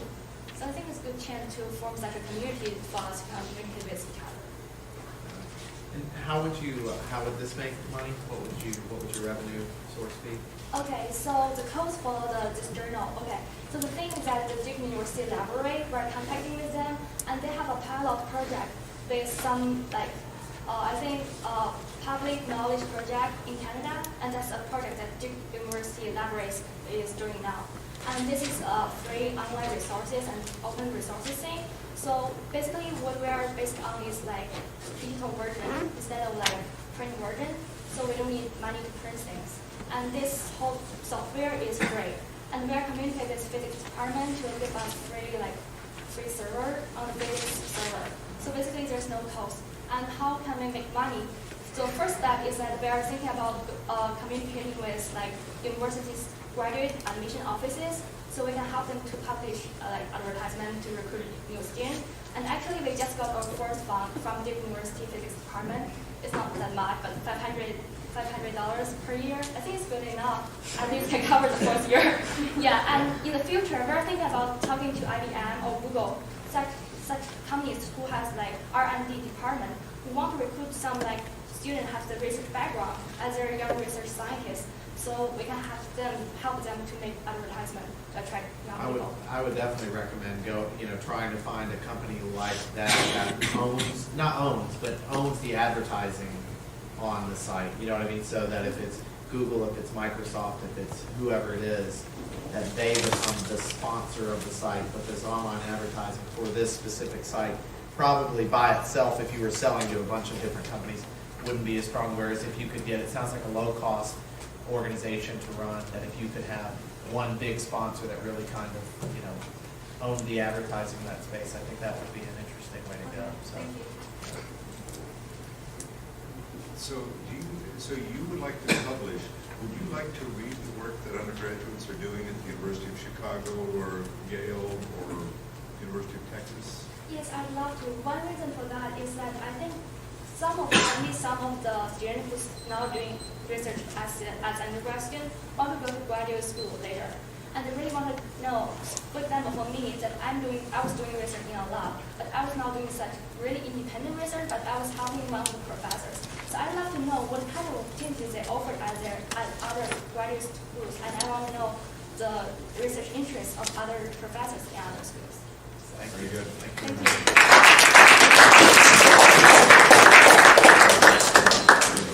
Our next is Catch a Rat.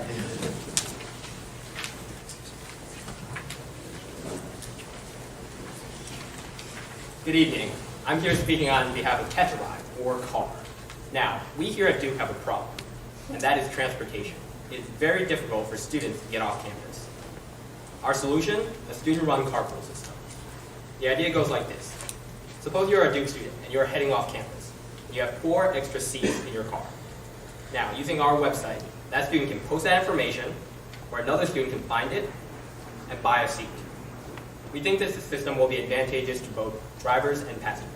The drivers can get some of their expenses back, i.e. in the form of gas money, and passengers can get a good form of transportation. Not only is this environmentally friendly, but it can also help foster community among Duke students. Now, we are currently in talks with the DSG, trying to get the system in place. We know that they have interest in establishing a system like this. Some of our goals that we would like to reach is first, designing the system and building the website. Secondly, we would reach out to student organizations and the Greek system to establish our initial user base, who can provide both drivers and passengers. And lastly, we want to do some market research into regulating prices to make sure there's no over-competition and price gouging. At this current stage, we're looking for an investment of about $5,000 to afford development costs of the website, hiring programmers, doing more in-depth market research to evaluate pricing models, and lastly, to investigate the issue of liability. Thank you.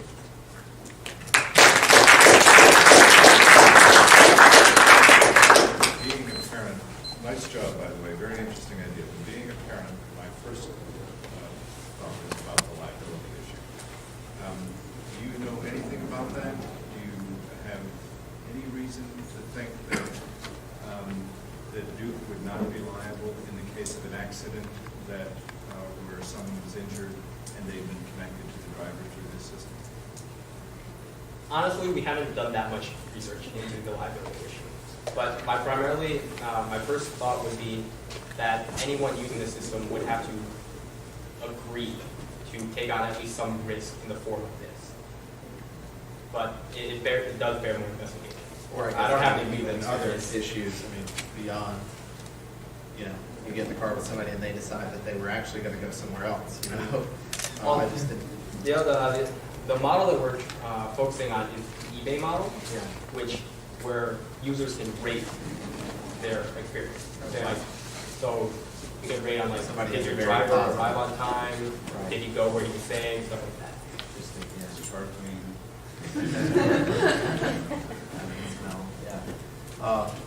Now you, is there a message board where you can post, hey, I'm driving to DC this weekend and have an empty spot? Is there something like that? I believe, I actually investigated this last year. There is like a very preliminary ride board that the DSG hosted last year sometime, but actually when I investigated it for my various trips around spring break, I could not find one. And I actually went to the DSG and they told me that they used to run one, but it's no longer, it's completely fallen apart.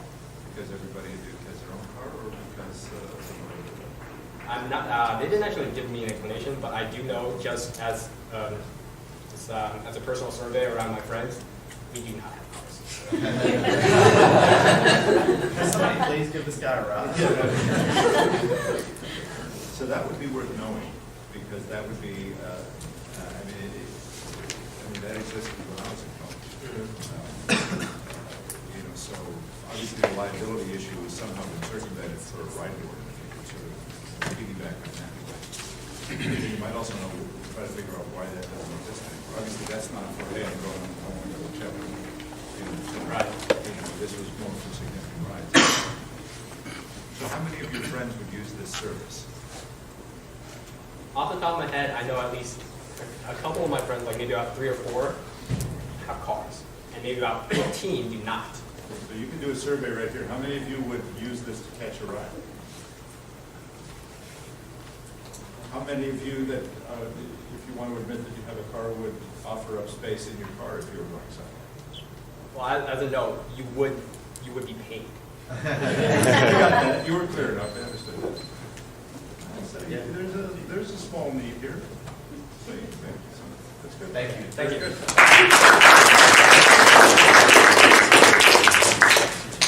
Right next is Food for You.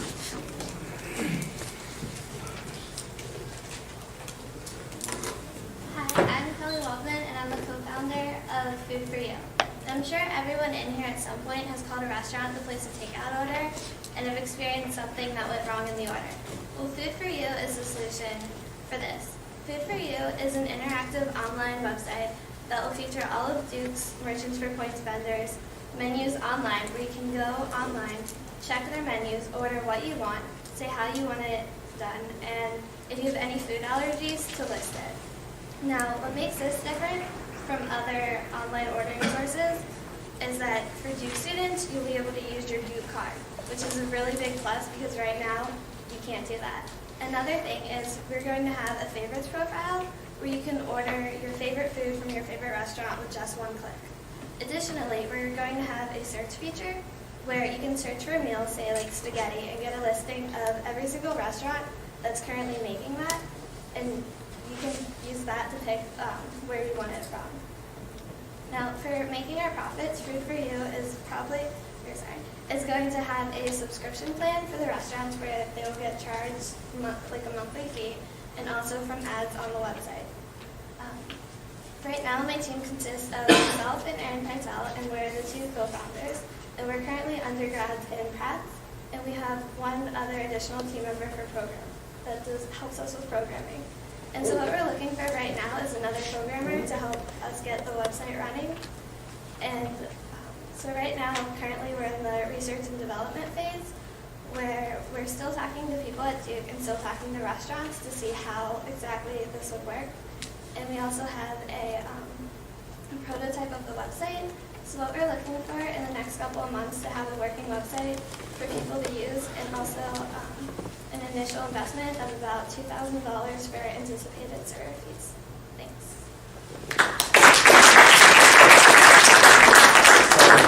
So right now, if you order food anywhere else online, for most places you can't use your food points, is what you're saying. Right. A couple of restaurants do, like Sonelli's, they do have an online ordering system. Yeah. Where you can place your order online, but there's no place for a Duke card. And say you place your order online, and you call them like a second later and be like, oh, I just placed a food order online, but I want to use my Duke card to pay.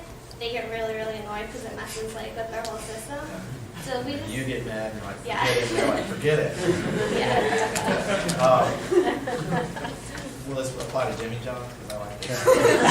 We're working right now on getting all of the restaurants on Merchants for Points because they already have a Duke card. Yeah. If you place your number like online, it's essentially the same as calling it in, only there's a lot less confusion and people can just read it versus not hearing you. So hopefully if we get all of those restaurants and it's successful, we're looking at either like expanding it to other restaurants and possibly Whole Foods. Have you thought about having a small charge for the customer as well? 10 cents, 25 cents? We have thought about that, but that's more for like when we actually work with Duke to see how they would do that. Yeah, but we're taking that into consideration right now. Yeah. So your thesis is the mistakes are made because the person at the other end of the phone who buys your restaurant doesn't hear that you want pepperoni and not sausage and pizza. There's that, and also if you're having like a big group of people together or just like studying with a couple other people, if you call and you're like, okay, well, I want this, and this goes on this due card, but then what I just ordered goes on this due card, there's just like a lot of confusion and they get annoyed. So we're thinking if you just have it on the website and it's in black and white, it's going to be a lot less confusing and a lot more efficient. Yeah. You could ask, would everybody use this service? Yeah. Good, it's stupid out there. No, I mean, I think it makes enormous sense. I'm trying to think of if there would be other obstacles in doing this, but I mean, obviously people are ordering off campus all the time, so better hurry. Well, so have you, I mean, you're not the first person to think about having a website connected to restaurants for ordering food. And in fact, that exists in many cities, doesn't exist here. But what you're doing uniquely is the due card connection to it. Yeah, it would be the due card, and then what I said about like the favorite, so say you always order like a specific sandwich from Jimmy John's, if you can just click it, then that makes it a lot easier, just like 5 seconds, and also a search feature where if you like really want like salmon or something, you can search and be like, and you get all these restaurants, and you can, oh, like I want it prepared this way. Yeah. Does that not exist in the services in New York and Chicago? Like that? I don't know that for university card. No, not for the card points, I guess. Yeah. I haven't really seen that much of it. It does, but I think the card point is a huge Right. part of it. But it's worth looking that up in case you could steal some of their ideas. Yeah. Honestly, if if somebody's doing something like this, I would highly recommend that, because in New York and a couple of other cities, that thank you.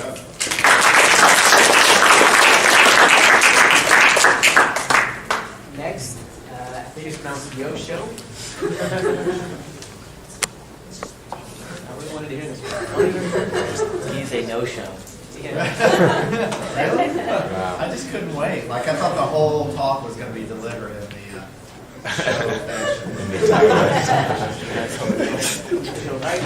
And veracity.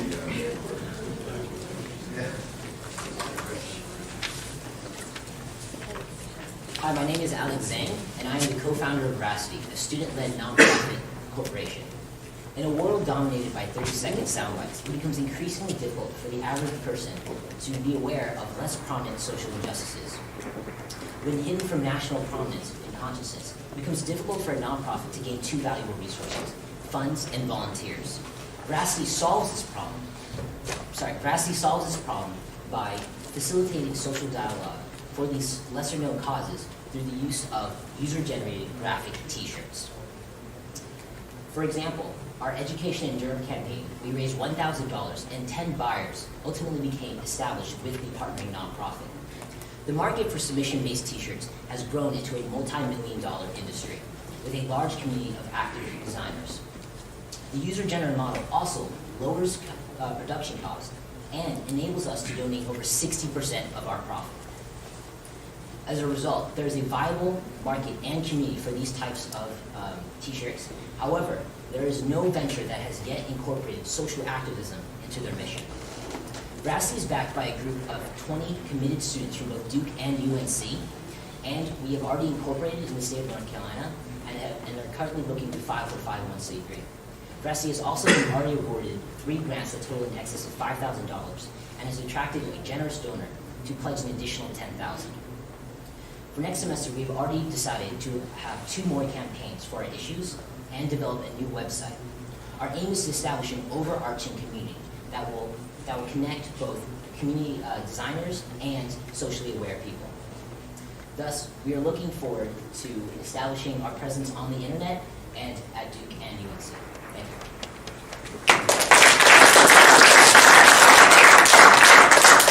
You talked about social justice. Are you saying that, would there be nonprofits from all different kinds of fields that could actually submit T-shirters, and you guys would vet that, or you guys would say this doesn't apply, or a nonprofit that says, So screw you, UNC would not be qualified? So basically, we're allowing people to submit ideas for issues, so things that they're close to them. For example, my sister has a friend in Albania, and so they submitted the idea about youth activism in Albania. And so we found a nonprofit working with that specific cause called NIAP. And basically established a partnership.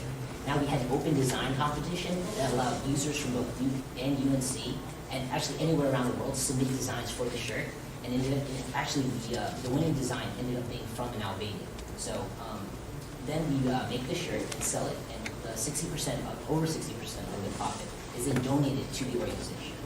And our aim is also to get people really interested in the cause, and then be able to donate more of their time and effort for those organizations. There's no question the online t-shirt business is huge. It's actually strangely become the most profitable part of our business. So, yeah, it's very. So, and, I mean, to pick up on Will's question, what level of editorial control do you want to retain? What kind of messages are acceptable and not acceptable? How will you draw those lines? Definitely. Right now I have a team of 6 design members who will actually look at the screen designs and make sure that there are acceptable submissions. We definitely will not, we will post all submissions on our site, but if they aren't unacceptable, they will go through a screening process and obviously not be shown. We always will work with the artist if there is a slight modification to the design so that it can be better portrayed on the t-shirt. We will let the artist know and make sure that they are fine with that change. Well, what about not so much the design side as the cause? Like, I mean, Okay. actually the better example I could think of, let's take the abortion issue. Yes. People are strong on both sides. What do you do about that? Or is that one you just don't allow, or how do you make that decision? Well, for the abortion issues, it's a little different since we're looking towards more of social justice in the sense. Whose definition of social justice? Okay, I see. So we accept all submissions, and we do end up choosing which issue is being portrayed. If it is really controversial, it may not be in our best interest as a company to portray it because we do not want negative feedback. However, that is something we can look into. We will look into probably. But I guess the idea of social justice is a wonderful idea, but it's not uncontroversial by itself. I agree completely. So. And it's a difficult process, and right now there are, I guess, less controversial venues that we can go with, like we're looking into global health and, animal prevention, stuff like that. So you guys would choose which ones, made the cut and which issues you were talking about? Yeah. Eventually you do want to go to a system where you can vote online, and so that way we can see which cause has the most interest. Great. Thank you,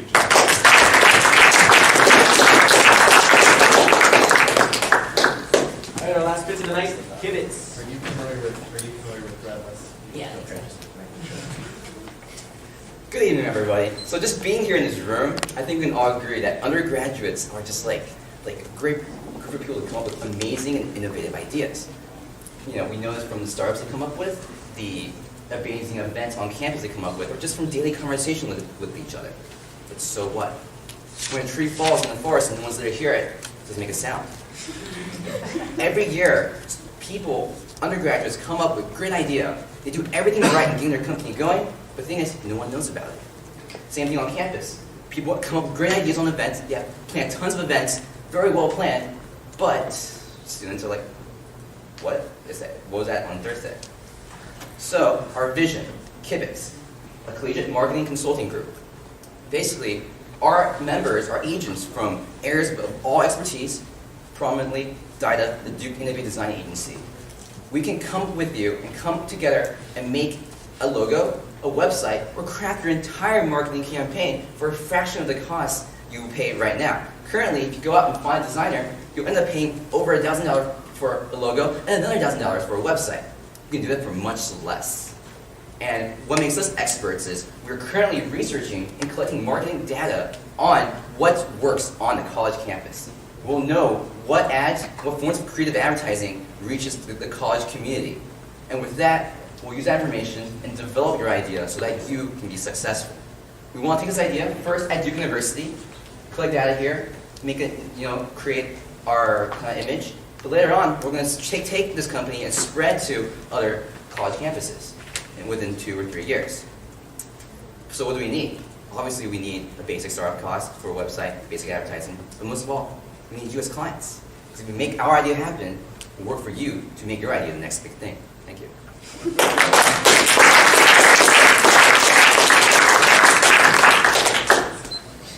Kind of a boring presenter. Try. Well, that's excellent. Are you a designer? Yeah. So that's where this side, and do you work with DIDA? Currently I work with DIDA, but just working in OSAP, I've made contact with like the Union Consulting Group, part of the UU, the Marketing Club, just basically all kinds of students on campus with different expertise.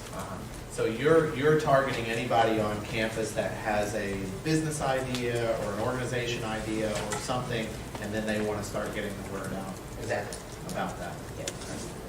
And do you have any clients yet, or do you need to have your startup website in place before you can get clients? Well, obviously we're going to have to find funding for the web hosting to get a startup up, get our word out there. But we've already started talking to multiple people about getting their idea out there. It could be a student having their personal idea, maybe like, I want to market this. Or working with student organizations. Our current members, since they're already working with DIDA, they've already started working with multiple organizations about crafting a good marketing plan. Many of the startups in this competition actually come to DIDA and work with our designers on making their logo, things like that. But just overall, we've already been starting gaining that experience, and we're hoping to make this a more prominent thing on campus. How much would you charge?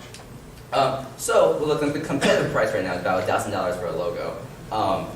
The pricing is going to be split between, obviously, something on campus as a nonprofit and a for-profit venture.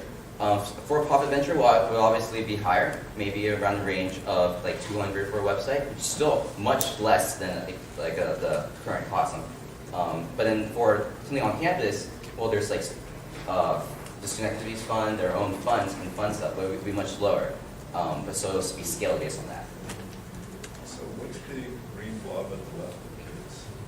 The green blob right there is kind of like ideas generating right here, moving forward. It's kind of like an abstract kind of notion. It's actually yellow. Okay, from this angle it's green. So, and you guys designed that? Yeah, that was just like it's just temporary. This is one of our drafts. It's kind of new, so yeah, it's actually pretty interesting. Pivots. If you take out the B, it actually stands for unwanted meddlesome advice. It's kind of ironic, kind of like that.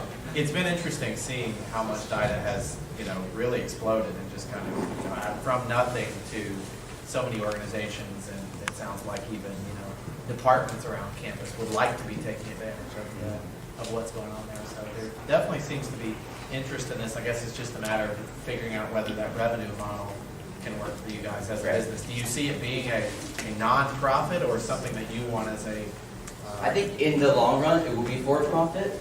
Largely, it would depend on the clients. Obviously, if under our currently planned pricing model, if they're all like student groups and undergraduate groups, then we can't really make much of a profit. But it depends a lot on the clients. Sure. So they're certainly there. Thank you. Thank you.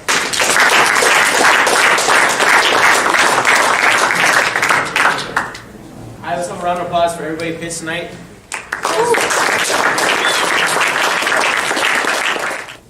Hey guys. So first off, I just want to congratulate everybody tonight. All the pitches were fantastic. I was chatting with the judges just during the break, and they were like, man, every one of these ideas could be like a real company. So whether or not you win tonight or whether or not you advance to the finals, I just want to congratulate everyone. So just a quick round of applause for everybody here. And the other thing I want to say is, it's a difficult, doing an elevator pitch, 2-minute elevator pitch in front of a room of 50 people and on camera, and you got a microphone, and you got 2 judges out here, and you got a projector behind you. That is a completely artificial experience, right? You're never going to be in an elevator with all of these things going, have an investor there. So we realize that, and we also realize that it's a stressful experience. So it's over now. Exhale. I'm sure it was a good learning experience. But part of the reason that we do it, and part of the reason I want to talk about the executive summary competition that's coming up next, is it's a really interesting exercise in distilling your idea into something that anybody that you sort of randomly meet, whether it could be a potential partner or a potential investor, distilling it down to something that they could really kind of understand quickly, right? So I worked at a bunch of startups, and the one thing I found with entrepreneurs is they have a lot of ideas, and they can never stop talking about those ideas, right? They can go on for hours talking about it, but you don't have hours with an investor. or the potential partner. And so I think, this, learning how to distill your idea down to something that's 2 minutes long, or learning how to visually distill it down. I mean, like a lot of folks didn't necessarily use the slide. You're not going to have a slide in an elevator if you just randomly meet somebody. But learning how to visually and verbally distill your ideas down to something very brief, I think is a good exercise. And on that topic, that's the next competition that we have, is the executive summary competition. So, as you guys know, there's 3 competitions that are part of the Duke Startup Challenge. First is this competition, the elevator pitch. Next one is the executive summary, and the finals one is it's kind of like the finals investor pitch. So, what do you do with the executive summary? So again, you have all these ideas. You guys are going to be developing them over the next couple weeks and months. But what we want you to do is summarize that down to 5 pages, something that you could hand an investor, and they can make a decision. Do I want to have an hour-long conversation? So the point of this was, okay, you have 2 minutes in an elevator with somebody. They're going to be in town next week. They only have an hour to spend. How do I get their time next week when they're back in town? This is, okay, I have an idea, and I want to sit down with an investor in their office, like a venture capital or something like that, for an hour. Okay. Frankly, you actually won't have an hour in the finals. You'll have 10 minutes to give your pitch, but you want to qualify to get into that office. That's what this competition is all about. So it's a 5-page executive summary that you write up for your business. Anybody can compete. So whether you competed in the elevator pitch competition or not, you're okay to participate. There will be prizes associated with this, but the big thing is that this will help you qualify to advance to the finals event in April, where we're giving away over $25,000. So, and also there's free copies of Business Plan Pro for anybody that competes. So, it's really the next step in this process, right? You guys have sort of distilled your idea down to 2 minutes. Now you can expand it to 5 pages, and then in the finals event, you'll have to write a full-blown business plan and do a 10-minute investor presentation. So over the course of the year, your ideas are going to be expanding. You can flesh them out more, and and I encourage everybody to participate in this. Any questions on actually the executive summary competition? So deadline is it was originally going to be January 12th. We're actually going to push it back. So expect sometime in late January. We're going to announce the exact time frame, but I'd get started working on it because you'll have a busy winter break working on it otherwise.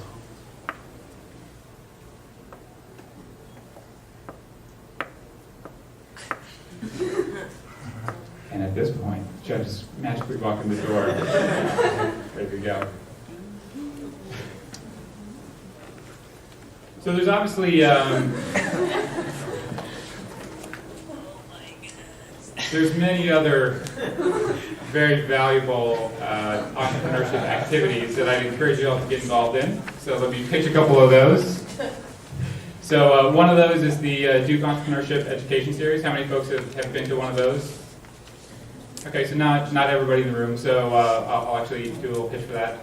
So so what we do is, in addition to kind of having this competition, there is a weekly speaker series where we bring in either entrepreneurs or investors or folks that know a lot about starting companies. And they basically, talk about different topics, everything ranging from how to give a good elevator pitch all the way to how to write a good business plan. So, for instance, coming up in, I want to say it's like January, there'll be a Business Plan 101 talk. And the series of talks that happen in the Duke Entrepreneurship Education Series kind of mimic the Duke Startup Challenge. So as you guys are working on your executive summaries or your business plans, there'll be kind of educational content that will help you support you guys developing those things. And all of the previous speakers that we've had, all of the slides and the videos from all of those talks are available online. If you go to www.dukedees.com, all of that stuff is available both from this year and last year. So it's been a speaker series that's been going for 2 years. So it's one thing I'll pitch. It's every single week. Another thing I can pitch is, I wish Justin was in here, but the Duke Entrepreneur. How many people are a member of the Duke Entrepreneur? Okay, so actually just kind of a handful. It's interesting. So, so the Duke Entrepreneur is a undergraduate club focused on entrepreneurship, and they have a range of activities that you can get involved in, whether it's like the Cairo Society or it's the Duke Entrepreneurship Leadership Venture. But again, like their focus is on supporting undergraduates through their entrepreneurship experience here at Duke. So I think we may have a decision. Yeah. All right. Perfect. All right. Thanks, everybody. Oh, that's right. You don't remember, we'd like to ask the judges if they could just give some overall feedback. Is that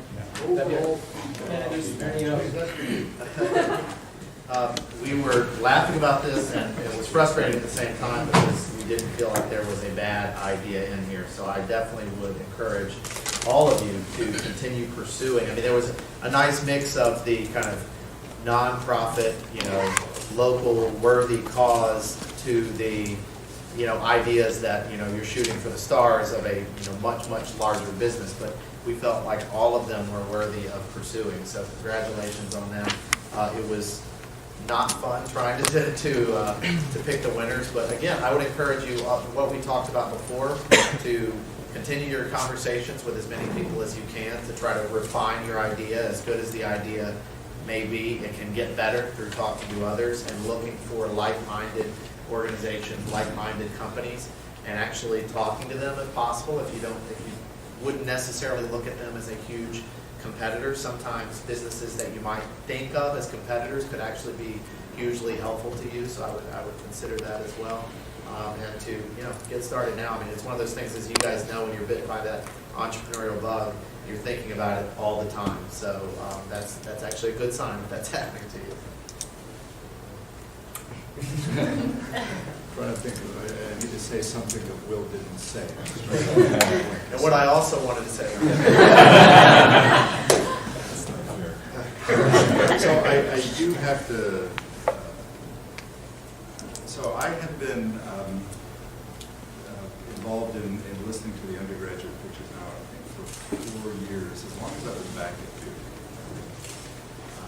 It's unbelievable how much progress we've made. And so I have to just repeat what Will said. There was not any bad idea in the mix. First time I would ever say that. Maybe they're all in the other room. They actually arranged. So thank you very much. I mean, it's just so much fun just to listen to your ideas. So terrific. It is more than ever, and I don't know how many of you know Howie. I'm going to mention Howie again, but I hate the competition aspect of the business plan competition because it's as though, well, they didn't like my idea or there's something wrong with it. That is not true. And there are several ideas here that if you're actually looking for money, I would consider investing in it, and they are not necessarily the ones that are in our top list. But I would tell you, and I echo what Will said, these ideas are all worth pursuing. You should try to make them happen, and you should try to force us to give you the resources and the help you need to make the ideas real. And in particular, which is why I mentioned Howie before, we should consider some of these ideas. We have a program over at Fuqua where we try to get the business school students, who are not always as entrepreneurial as you are, involved in this process. They have the advantage that they've worked for a while and they've got some business background, so they can help you with some of the nuts and bolts. But we should seriously think of taking some of these ideas and help you team up with some business school students to see if we can make real business with these things. Because there's some, in some cases, amazing idea. It may turn out that the technology doesn't work. You don't know until you try. In some cases, technology might work, but we didn't quite understand the market. And in some cases, hey, the match works, and you have something great. So really, just do not be discouraged by anything that happened tonight. I think the presentations were all great, and the ideas were all worth pursuing. So thanks again. Hey, let's thank the judges. And I like this, it only works if you have great pitches as well as great judges, so thanks a lot for your feedback. You guys want to find out the winner? Yeah. No? You want to just sneak pitch any more programs? Anyway. All right, so we'll start with the audience choice winner. And the winner is Carbon.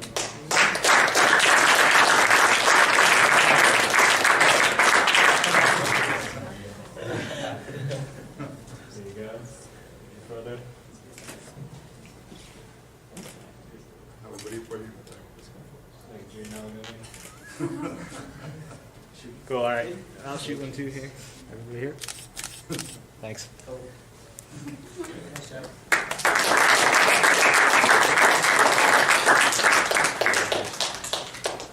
So you will win $100 and a copy of QuickBooks Pro. And let's just see how the audience voted.